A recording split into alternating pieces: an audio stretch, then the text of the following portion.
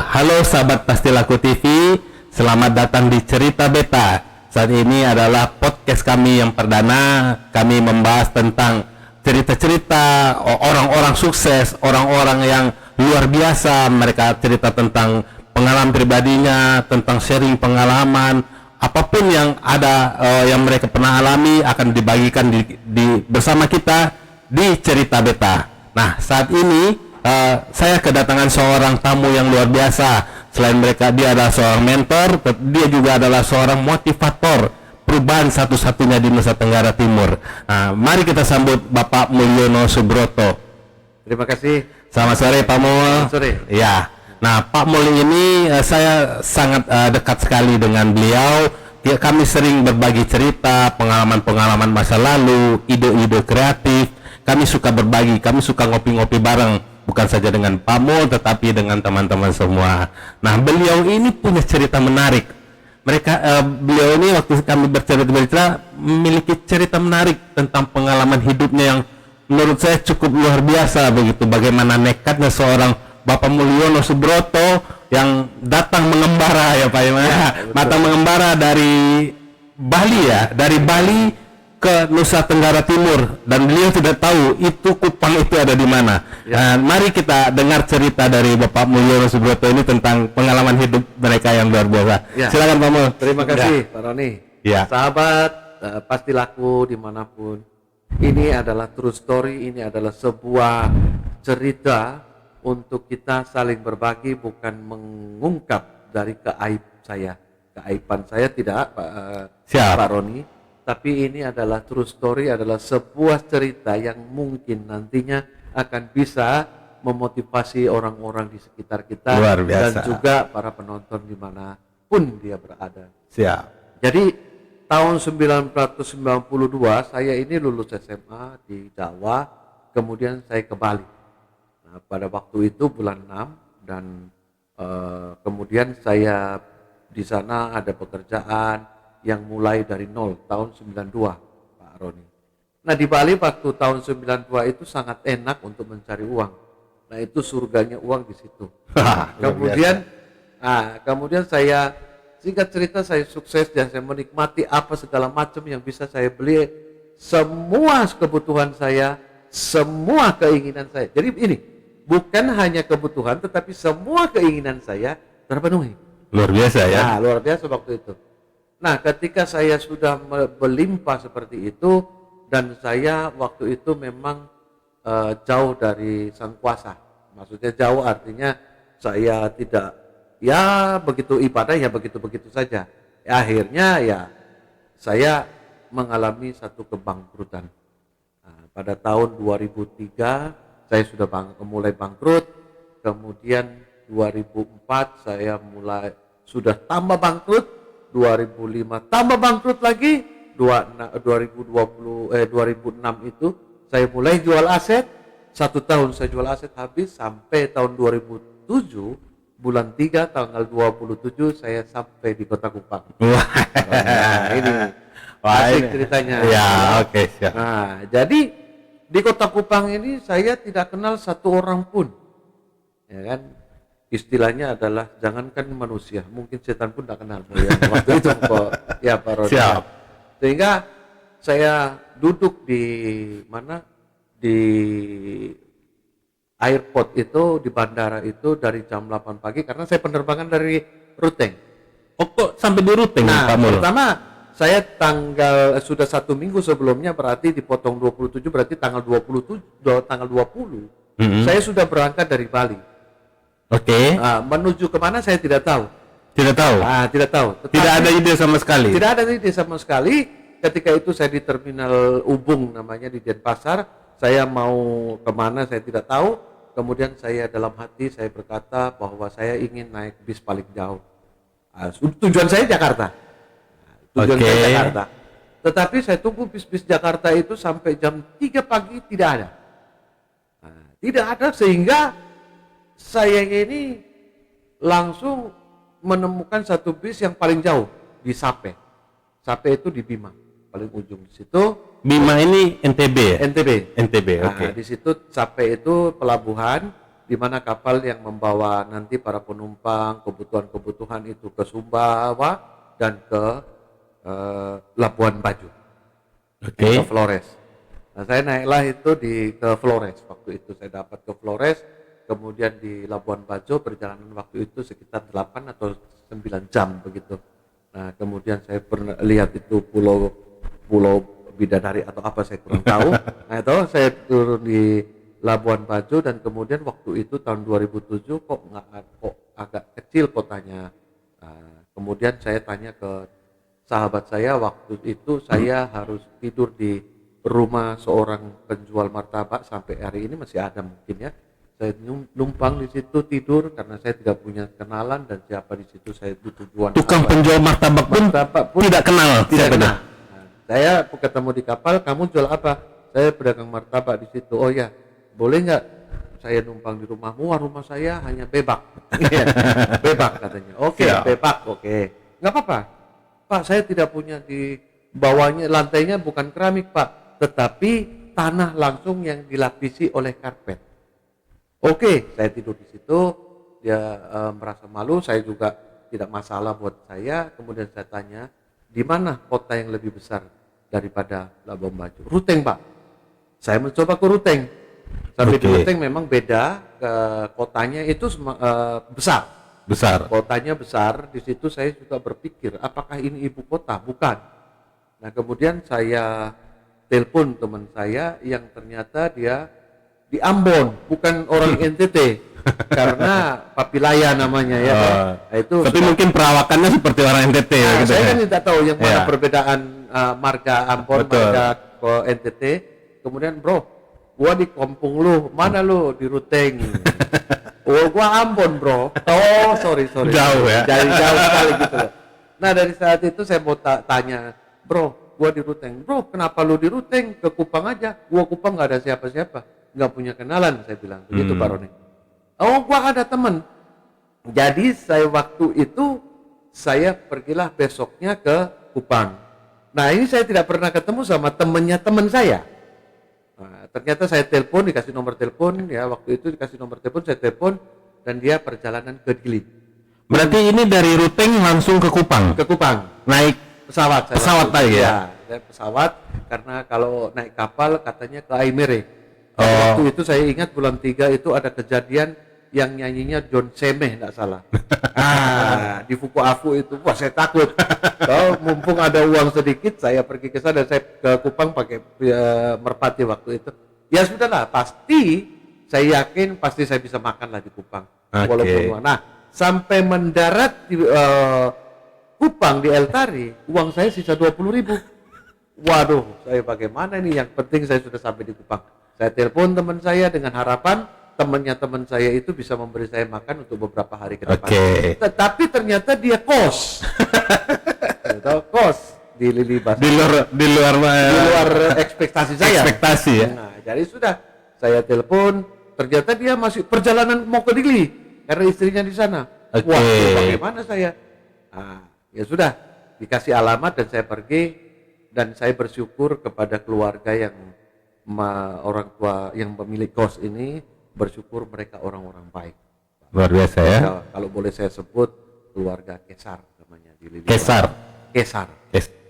Jadi di Liliba itu. Nah, singkat cerita, dia melihat saya karena temannya teman saya itu tidak boleh saya tidur di kasur, harus tidur di lantai. Dan saya bersyukur karena saya sudah ada tempat berteduh dan saya bisa, ya artinya saya bisa melindungi diri saya sendiri gitu loh.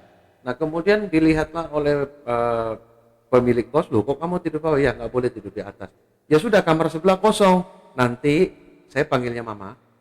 Mama belikan dulu kasurnya. Mama belikan kasurnya apa segala macam. Loh, saya tidak punya uang untuk bayar. Nggak apa-apa, kapan ada uang, nah saat itu. Wah, luar biasa sekali ya.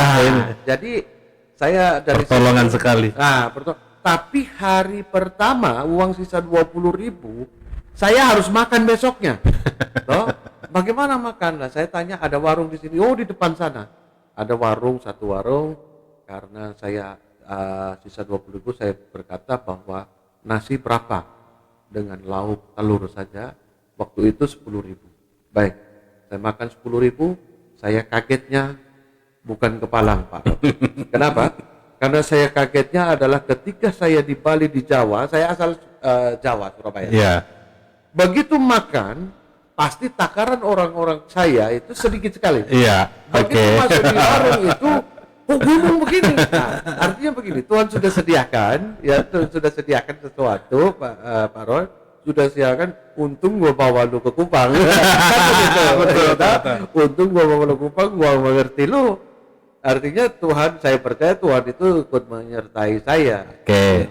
Makan saya habis itu saya kaget, tapi karena waktu itu saya sudah tidak makan dari kemarin, saya habiskan.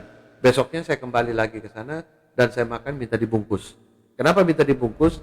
Karena separuh saya makan pagi, malamnya saya makan separuhnya. Oke. Tetapi utang saya tidak bayar. Ya.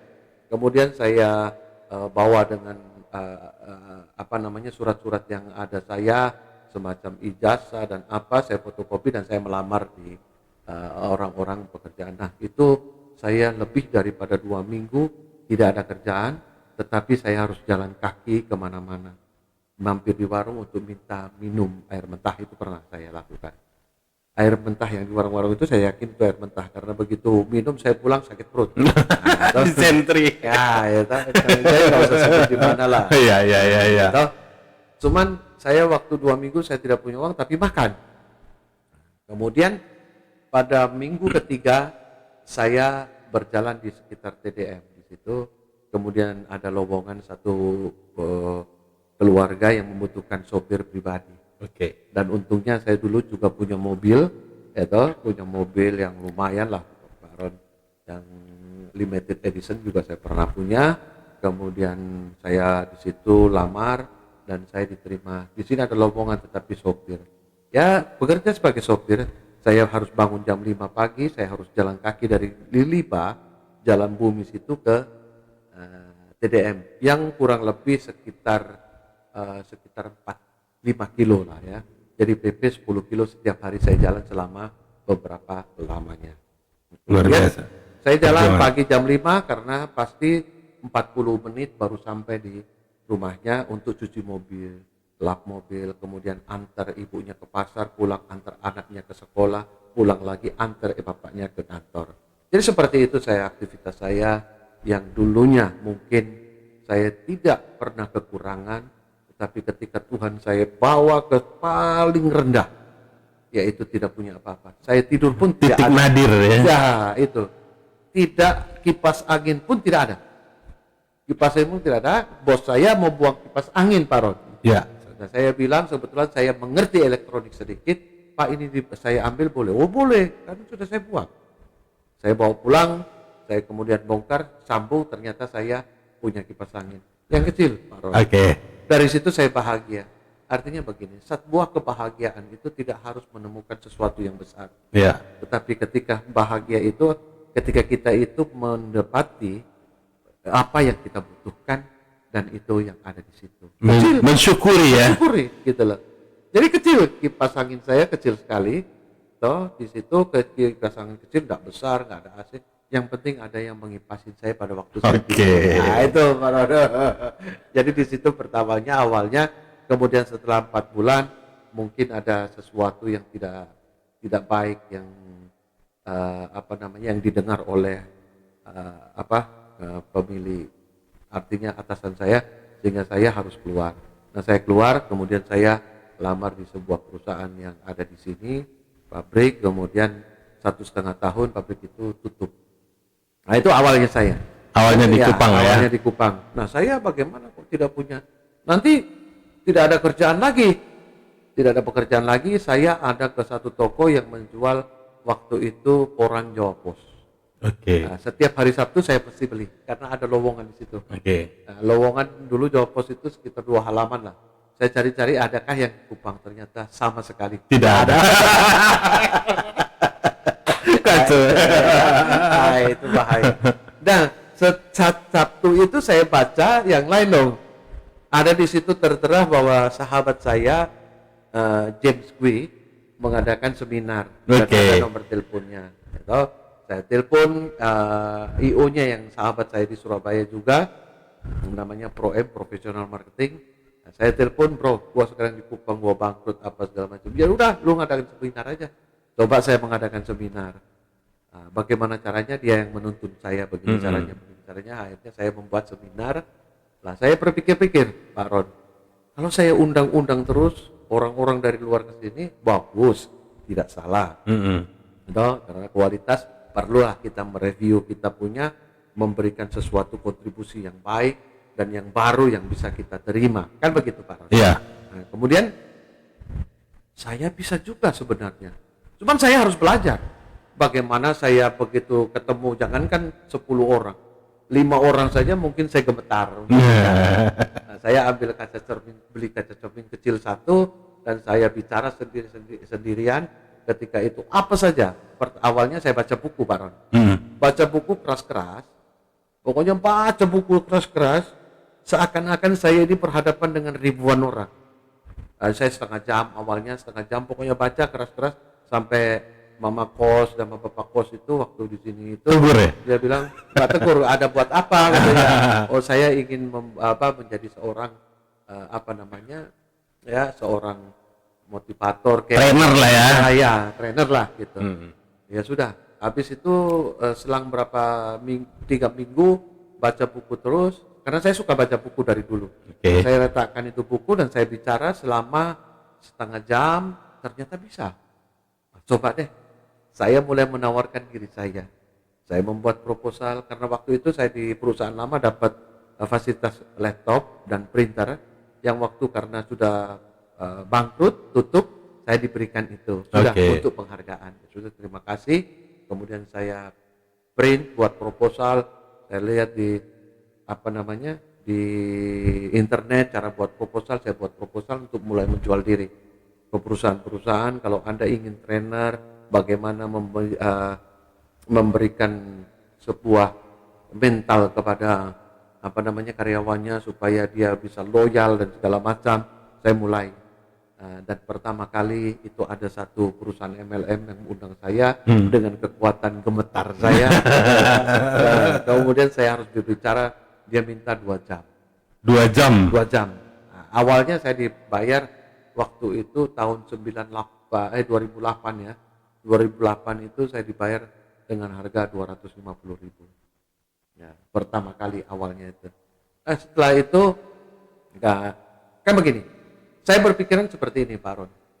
Kalau saya seorang motivator, orang bilang bahwa banyak orang yang berkata kepada saya, tidak sedikit. Tapi tidak sedikit juga orang yang memberikan motivasi kepada saya. Support ya. Support ya. Jadi ada banyak orang juga berkata kepada saya, motivator kok kamu tidak sukses atau tidak kaya-kaya, ya kan? Saya mau berkata kepada mereka bahwa ukuran sukses itu berbeda satu dengan yang lain. Umpama ukurannya sukses dari Pak Ron ini ya, Pak Ron sukses adalah ketika Pak Ron sudah mampu membeli rumah, ruko, 4 rumah, 8, mungkin ya dalam tanda kutip. Nah, itu Pak Ron punya ukuran. Tetapi sesungguhnya yang saya punya ukuran adalah ketika saya melakukan ukuran sukses saya, ketika saya melakukan apa yang orang lain tidak bisa lakukan. Nah, itu kesuksesan saya. Nah, saya peduli amat. Nah, kenapa saya motivator kamu hina terus saya down? Tidak, ya kan? Nah, kenapa saya jadi motivator? Cuek aja. Kemudian dari situ mulai saya mengadakan seminar tetap, terus seminar publik apa segala macam. Kemudian yang kedua ada juga perusahaan. Mulai dari situ saya mulai berjuang, Pak Ron. Mulai berjuang. Kemudian saya awalnya itu saya buat kardus bekas, diambil di printer fotokopi itu, tempat fotokopi. Saya buat kardus-kardusnya itu, kemudian saya print di rumah untuk kata-kata motivasi, saya jual di toko buku yang paling besar di sini, toko buku nasional yang ada di Kupang. Saya titip dengan harga 10.000, dia jual 15.000. Waktu itu 1 bulan 10, bulan ketiga sudah laku, ya puji Tuhan bisa 30 sampai 50. Berarti saya sudah punya penghasilan 500.000 waktu itu. Luar biasa ya. Nah, itu tidak sampai di situ. Pak Ron, tidak sampai di situ. Ceritanya sangat panjang betapa saya ini menjalani sebuah kehidupan yang mungkin ukuran saya itu adalah sangat-sangat sangat Taroso, begitu orang Kupang Oke. bilang ya, Taroso ya. Karena ini kan cerita beta. Iya, Itu betul. Pak Ron. Nah, kemudian saya terus berusaha, kemudian saya mulai dikenal, dan karena cerita saya ini bagus, saya menceritakan dengan meluapkan saya dengan tulisan di buku. Nah, Oke. terbitlah buku saya yang pertama adalah Mendaki Gunung Kesempatan. Nah, itu ya puji Tuhan sudah laku di 350 eksemplar pertama. Begitu 350 eksemplar. pertama. Itu cetak di mana, Pak Mul? Cetak di penerbit, Pak. Di Kupang, Di Jawa. di Jawa. Penerbit itu kita tidak pakai biaya, jadi kita harus ajukan ke para penerbit. Heeh. Nah, saya pertama kali tulis, saya ajukan ke 8 penerbit dan 8-8-nya ditolak. Berarti sistemnya royalti ya? Royalti. Royalti ya, oke. Kemudian yang saya tidak mau putus asa. Yang pertama, pokoknya penerbit-penerbit top, ada Grasindo, ada Gramedia, ada apa semua. Nah, semua saya ajukan dan Tapi tidak takut dicontek ini idenya. Ya resiko Kamu. sudah. Oke. Resiko yang bagaimana saya percaya orang-orang yang lain juga seperti saya juga awalnya ya kan. Oke. 8 saya kirim, 8 ditolak ya. Dan kemudian satu kebetulan penerbit dari Surabaya ya, apa publishing saya lupa. Publishing apa ya. Nah, itu saya dapat waktu itu 20% daripada penjualan buku itu. Yang Per bukunya? Per bukunya waktu itu Luar biasa. harganya 45.000 ya. Oke. 20% saya dapat, kemudian saya kok bisa ya? Nah, seperti itu. Dan salah seorang penulis dari Jakarta, dia menulis sekarang sudah 30 buku yang dikenal dengan silent motivator, dia bagus. Dan kemudian sahabat saya yang lain kenalnya di Facebook, dia melihat tulisan-tulisan saya dan cerita saya, dia mengajak untuk menulis buku. Oke. Oke. Kolaborasi ya. Kolaborasi. Collab ya. Ya, kolaborasi yang berjudul Angel and Demon. Dan puji Tuhan dalam waktu 2 bulan itu buku menjadi bestseller nasional. Wow, Nah, luar biasa. Dalam 2 bulan dia laku sekitar kalau tidak salah 4.000 4.000 eksemplar. dalam waktu 2 bulan. Nah, Luar dibacalah buku-buku ini dan kemudian saya kan taruh alamat Facebook saya, Iya. semua begitu, Pak Ron. Banyak yang add sehingga saya punya akun Facebook itu 3 waktu itu saya tidak tahu halaman akun saya apalah, ya toh? Nah, kemudian saya karena dibaca sama teman-teman, kemudian saya banyak kenal para pembicara-pembicara di Jakarta karena gara-gara buku itu. Oke. Nah, kemudian diajaklah saya sama teman lagi. Nah, satu buku lagi namanya I Decide to Win, yang saya menulis dari 21 orang kayaknya, 22 orang lah. Ya, jadi Itu pengalaman-pengalaman pribadi. Pengalaman Wow, luar pribadi, biasa ya. termasuk sahabat saya ada Laura Lazarus yang pramugari yang jatuh itu. Selamat ya. Selamat itu. Nah, itu kemudian ada beberapa teman yang dari Australia, kemudian ada yang MC yang sudah almarhum juga, kemudian ada yang MC yang kemudian terkenal sampai ini hari. Nah itu berpuji Tuhan juga selama 3 bulan sudah laku ribuan juga sehingga bestseller nasional juga. Dari Luar situ saya biasa. dikenal sehingga saya menjadi motivator, pernah ke Medan, pernah ke Palangkaraya, pernah ke Trisakti Jakarta, Fakultas Ekonomi, saya pernah menjadi pembicara di situ, kemudian ke Bali, Lombok, dan ke mana-mana beberapa daerah di Indonesia, Pak Ron. Nah itulah cerita saya bagaimana saya menjadi. Nah ini yang saya sebut adalah kesuksesan, Pak Ron. Oke. Kesuksesan itu memang betul yang saya katakan tadi, ada banyak orang berpikiran bahwa ketika sukses itu ketika dia mempunyai sesuatu misalnya rumah, ruko atau apa, boleh. Oke. Itu ukuran Anda boleh. Standar mereka ya. Mereka boleh. Nah, Ya. inilah yang saya sebut bahwa saya bisa melakukan apa yang orang lain tidak bisa lakukan. Oke. Kenapa seperti itu saya berkata? Bukan saya sombong, tidak, tetapi recognition, pengakuan saya. Oke. Pengakuan saya bahwa saya adalah motivator perubahan satu-satunya di Nusa Tenggara Timur. Sehingga pernah koran Kompas merilis saya di satu halaman, ya, Baron lihat satu halaman. Kompas ya. Kompas Nasional. Luar biasa. Ya, Kompas Nasional pada waktu itu September 1999 tidak salah. Ya, 1999 dan saya diwawancarai oleh wartawan Kompas dari Jakarta. sehingga saya dimintain foto apa segala macam dan itu tersebar di Indonesia. Luar Sehingga biasa. saya dikenal lagi. Gila loh, motivator di Kupang, ya kan? Iya. Nah, orang-orang Sampai pernah nasional berkata- ya. Orang-orang pernah berkata begini, kok motivator ngapain di Kupang gak laku di Jawa? Saya lucu juga. Skeptis, itu, ya. toh. Saya lucu juga. Nah, saya jawab orang yang tanya seperti itu, Pak Ron. Ya loh, saya tanya, dan saya bicara gitu loh. Masa saya nggak laku di Jawa? Ya, karena laku makanya kamu di Kupang supaya laku. Wah, buktinya saya ke Jakarta kemana? Artinya begini, saya kasih tahu mereka yang berkata seperti itu. Kalau di Jawa barang baru ada pembelinya, Iya. barang bekas ada pembelinya, Tuh. barang yang masih baik ada pembelinya, barang yang rusak pun ada pembelinya. Kalau barang yang seperti itu rusak saja ada pembelinya, apalagi seorang Mulyono yang manusia, yang ciptaan Tuhan satu-satunya, masa nggak ada orang bayar? Kan begitu. Betul. Ya kan? Nah, akhirnya dia tidak berani lagi ngomong seperti itu. Nah, bersyukur bahwa saya pernah ke Singapura juga. Oke. Kalau untuk bicara. Dan kemudian Sebagai pembicara juga ya. Wah, luar biasa. Walaupun saya cuman isi itu waktu itu dikasih waktu 5 menit, tapi sangat bagus lah ya. Ya, opportunity-nya luar biasa ya. Intinya luar biasa. Saya pernah ke Batam, kemudian diundang ke Medan, Palangkaraya, ada satu perusahaan Sekalteng, Kalimantan Tengah. Saya diundang untuk memotivasi mereka waktu itu 3 hari karena tidak cukup untuk 1 hari karyawannya semuanya. Oke.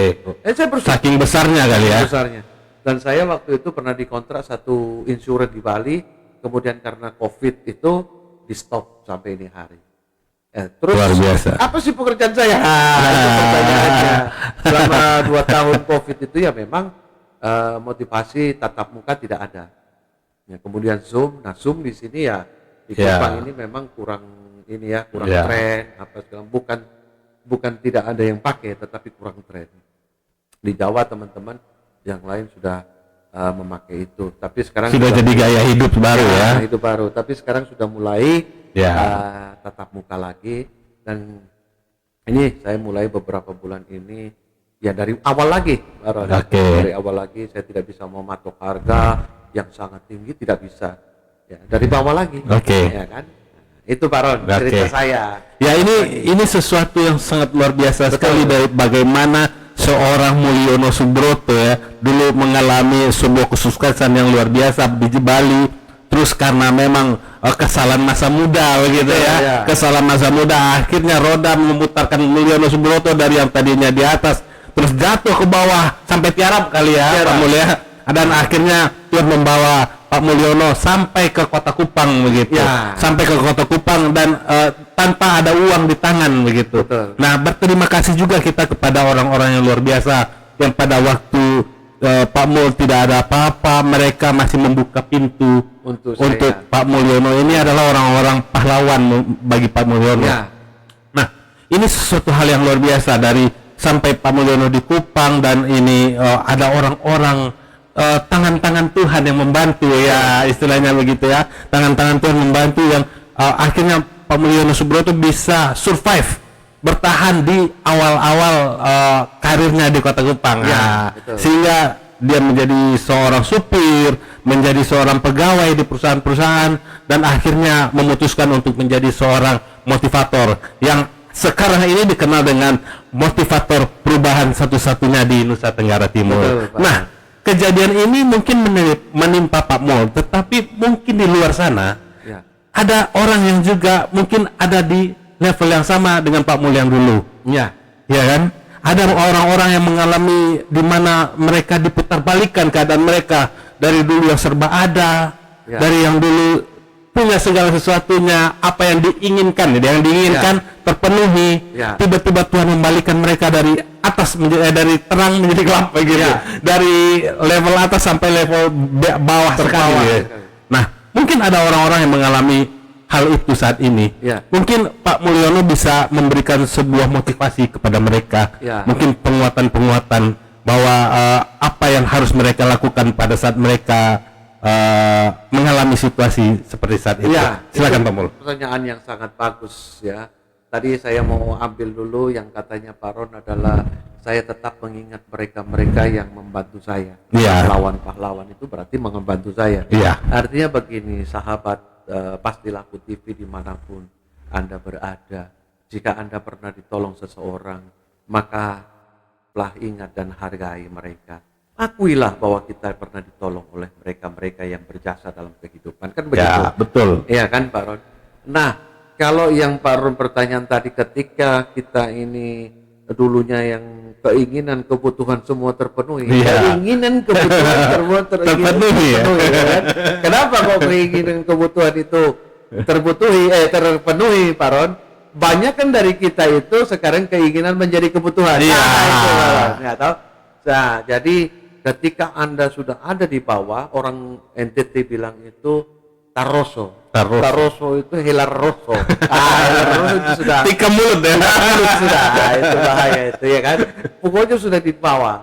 Ya, artinya bahwa semua itu pasti ada makna kehidupan kita, bahwa ketika Anda di atas, biarlah semua kita harus merendahkan hati kita. Oke. Ya kan? Merendahkan hati bukan rendah diri, ya kan? Oke. Rendah diri itu mengasihani diri. Oke. Tapi kalau rendah hati itu recognition atau sebuah pengakuan, Oke. ya kan? Sebuah pengakuan itu artinya di mana domain kita itu bisa dikuasai. Berarti ketika kita bercerita domain itu bukan kesombongan. Oke. Ya, Ya, betul, ya. betul. Nah, ketika kita bukan domainnya di situ, terus kita cerita keluar dari domain kita, itulah kesombongan. Iya. Menceritakan sesuatu yang di luar domain lah, gitu lah, ya kan? Nah, Ya, itu setuju.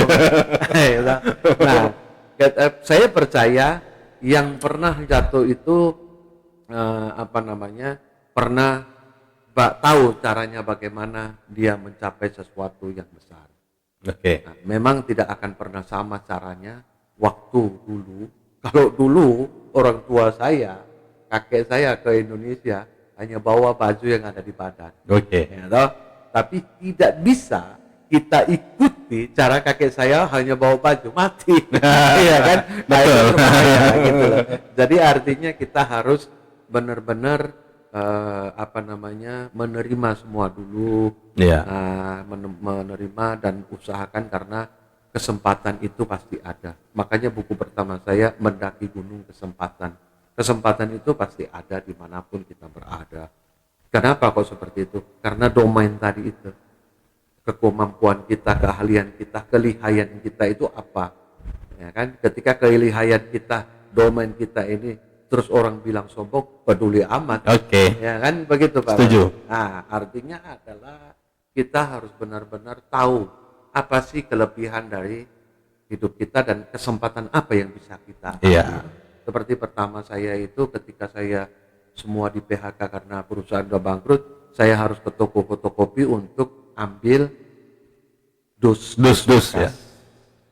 Artinya saya punya kreativitasan. Nah, itu kita harus punya kreativitasan. Iya. Saya jual 10.000, saya berarti untungnya adalah 9.000. Iya. Nah, kan 1.000 untuk tinta, Print kertas lah ya. kertas, ya kan, satu rim ada 500. Karena dus kan udah minta. Ya, itu kan minta. Iya. Ya kan? Nah, jadi seperti itu. Artinya banyak kesempatan di sekitar kita. Oke. Yang terpenting kita harus kreatif. Oke. Dan jangan meratapi kehidupan ini, gitu loh. Saya jatuh, aduh bagaimana. Kalau kita hidup dalam meratapi terus, tidak akan bisa bangun. Iya. Tetapi ketika kita ini ingin bangun sesuatu, berarti kita ini memiliki kesempatan dalam diri kita untuk menjadi orang-orang yang naik kembali. Oke. Itu naik kembali. Menjadi pemenang lah ya. Nah, jadi pemenang. Itu saya tuwin tadi. Iya. Artinya begini Pak Ron. Ketika kita dulu mempunyai uang misalnya 1 miliar, terus kemudian hancur, tidak ada sisa sama sekali, Iya. bahkan minus. Ya sudah, kita mulai lagi walaupun tidak sampai di 1 miliar. Ya berapa, apapun yang Anda bisa raih, itu yang dinikmati. Iya, oke. Ya kan? Nah itu Pak Ron, ya. Jangan takut, jangan pernah menyerah lah. Menyerah, karena menyerah itu sangat berbahaya. Oke. Menyerah jangan, berserah iya. Iya. Luar biasa. Ya, Iya. berserah kepada Tuhan, menyerah jangan. Iya. Kalau berserah kan apa kata kamu lakukan. Iya. Tetapi kalau menyerah, saya tidak mampu mengasihani diri. Iya. Ya, itu yang Nah, bahaya. itulah yang membedakan orang-orang yang menang tadi ya. Ya, Seorang pemenang itu dengan seorang yang namanya loser gitu ya. Ya. Kan? Orang yang loser ya, kalau kita bahasa katanya pecundang begitu Ya, ya kan. betul. Yang membedakan mereka berdua adalah sikap mental mereka, Betul. hati mereka ya, apa? Ya. Walaupun mereka mau jatuh 10 kali, mau jatuh 100 kali, seorang pemenang pasti akan bangkit lagi. Bangkit terus. Bangkit lagi dan akan berdiri lagi dan berjuang lagi begitu. Tetapi kalau itu terjadi pada seseorang yang bermental loser, dia setelah dia jatuh maka dia akan tenggelam dengan kegagalan mereka begitu. Dia akan menghidupi merata. Oh iya, ternyata saya memang seorang pecundang Ya, begitu. gitu loh. Jangan seperti itu. Kita tidak boleh seperti itu ya, Pak Mulya. Karena Ya. kalau kita gagal 3 kali, kita harus bangkit juga 6 kali. Ya. Kenapa?